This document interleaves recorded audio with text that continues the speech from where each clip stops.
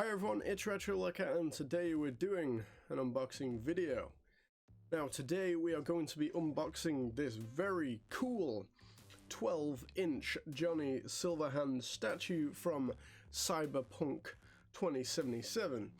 Now Cyberpunk has got a lot of shit since its release and lawsuits and other things, but me personally, I like it. I've been playing it on the PS5, it's good fun. I can look past the glitches, I don't mind, but regardless of what you think of the actual game or anything like that, you have to admit this is very cool. Now, when I originally saw this come out, I really wanted it, but it was on a little of the pricey side for my liking. It was about £50, but I was very lucky and I managed to get this from geekstore.com and I got it for £25. Now they've got a sale on right now on this and it is £30. I had a £5 off voucher, so I got it for £25. Now let's take a quick look at the box, shall we? So obviously there's a big window on the front, we can see exactly what is inside, and so far I like the look of it, I like the level of detail, but right now we're just going to have a look at the outside of the box. So it's very cyberpunk fashion, we've got the yellow and all these little lines down here which are typical of the cyberpunk fashion. We've got the logo on the front here which is kind of gloss and silver. I like that very much. There's a little window here as well, which is a nice little bit of extra detail they didn't need to put in. 14 plus, not a toy, and Johnny Silverhand there as well. Now there are other statues in this range. There is one of V and a couple of others as well that look pretty damn cool, but I'm most interested in this one, and the others aren't cheaper, it was just this one that I managed to get so cheaply. So we've got a nice picture of Johnny on the side there, and it is from McFarlane Toys, which, if you are familiar with McFarlane's work, they do make good quality shit and have done for many years. In my opinion, at least. I've got a bunch of other toys and models from them as well. So round the back we have a picture of the model, which, it is very detailed, it's very well done, and distributed in the UK, and we got a little CD Projekt Red thing down there. On the other side we have a very nice Cyberpunk logo there, and underneath just some information, nothing much on top either. So let's get it opened up and see the actual quality. That's what I'm most interested in. It looks very nice in the box, and if you wanted to keep it in the box to display it, you definitely could, because there's a nice big window on the front here. It looks very impressive in the box, but I want to see what it's like out of the box, and I will more than likely be displaying it out of the box. So let's get it out, shall we?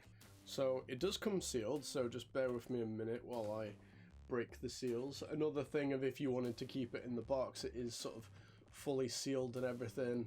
And if you were to take it out and put it back in for sort of resale value, you do have to break the seals to get it out. There are seals underneath as well. I know some people like to open things from the bottom to sort of keep that resale value price high.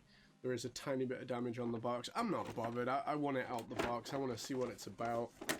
I'm one of those people that feels like, action figures, things like that, unless particularly rare, should be displayed outside of the box. Now, one of the things I've noticed straight away, and this is typical of McFarlane, the base is sealed to the back of the box.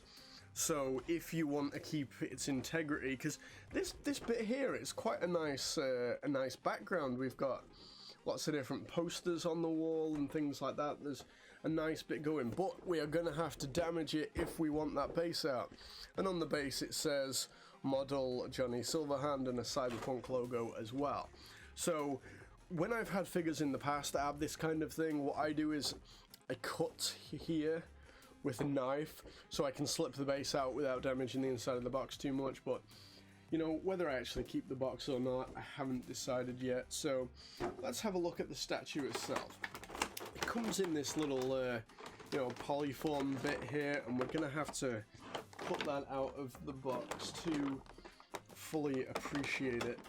Okay, so let's take him out of the packaging, shall we, and see what the quality is like. So I was gonna say, could we get away with not having the stand, because, you know, it's a nice damn model, but obviously the base is gonna take up quite a bit of space, but it doesn't really stand freestanding on its own, so I'm gonna get the base out as well, I think.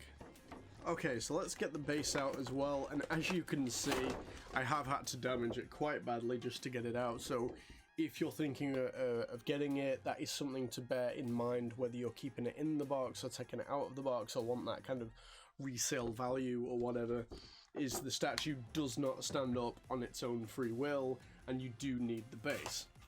Now there's one little peg there to put his heel on. Let's get that done. It's a little stiff, but that's okay. Sorry about the noise.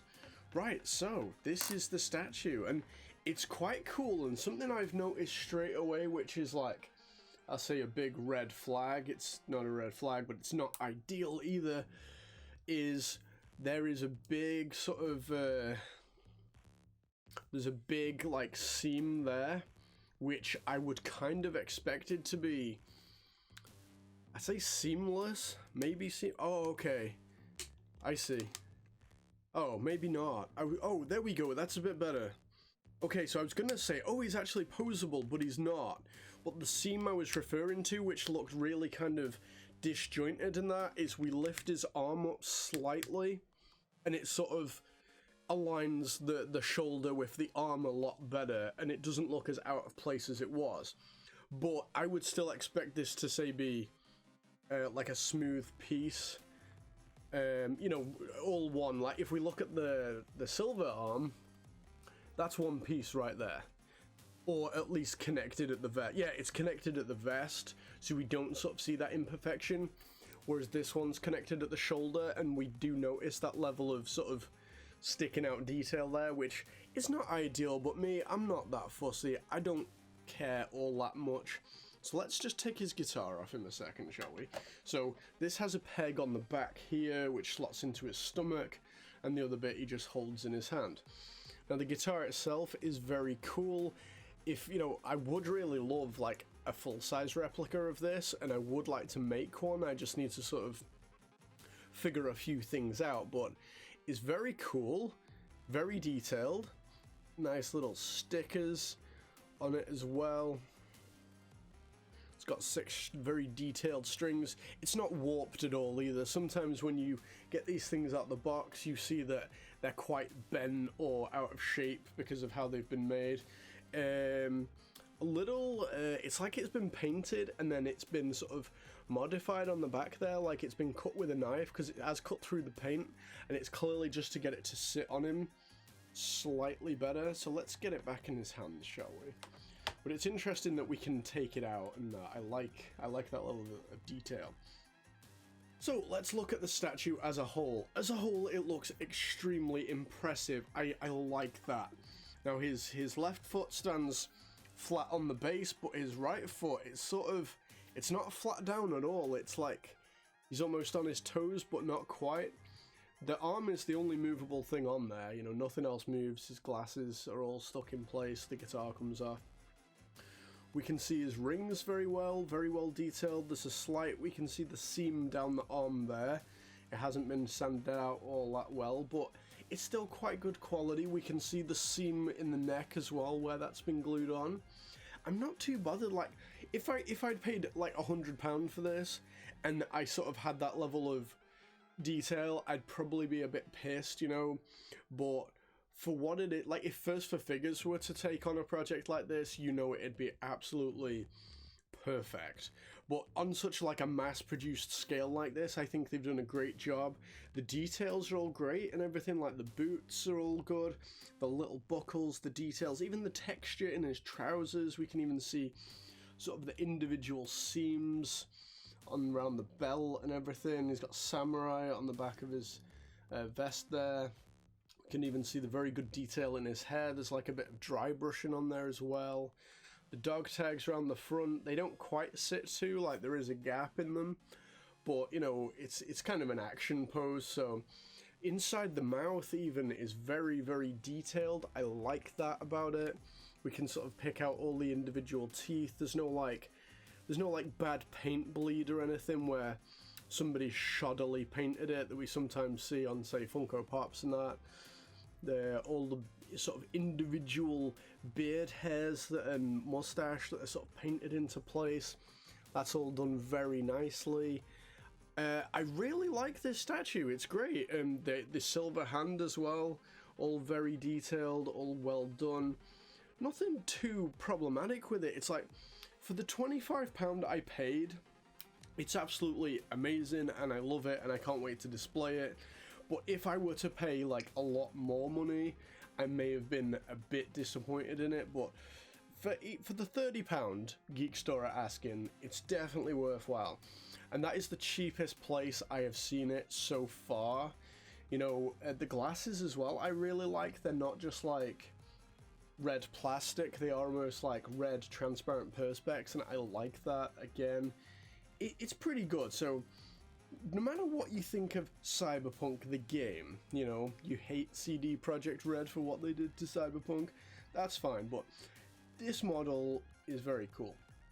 I really like it. If you have the chance to get it, you know, secondhand, brand new, sale discount, for the £50, I probably wouldn't have bought it. I didn't buy it when it came out, when it was £50. If you can get it on sale, I would definitely recommend it. It's really cool. I look forward to displaying it and maybe one day adding a few more from the collection into my display as well. So, not a 10 out of 10 for me, I'd say. It's quite high still, you know, but maybe 8 out of 10. It's pretty good, you know. There's no like, some of these models, they sometimes have like, you can see where the glue's almost like dripped down before it's dry. All the painting's very good. There's no like bad pad printing on any of the stickers or the tattoos or anything. It's just, it's pretty detailed. It's not perfect, but I think that's sort of a good envisagement for Cyberpunk 2077, the game. You know, it's okay, but it's not perfect, and I like that about it. It's great. So that's it. It's high. It's an 8 out of 10 for me. I would suggest getting it if you're a fan of the game. I wouldn't put you off it at all. It's a good statue for an acceptable price. So that's it for today. Thanks very much for watching this video. Don't forget to like, comment, and subscribe. There's a link in the description for Retro Liquor merch, and me and Johnny. We'll see you later.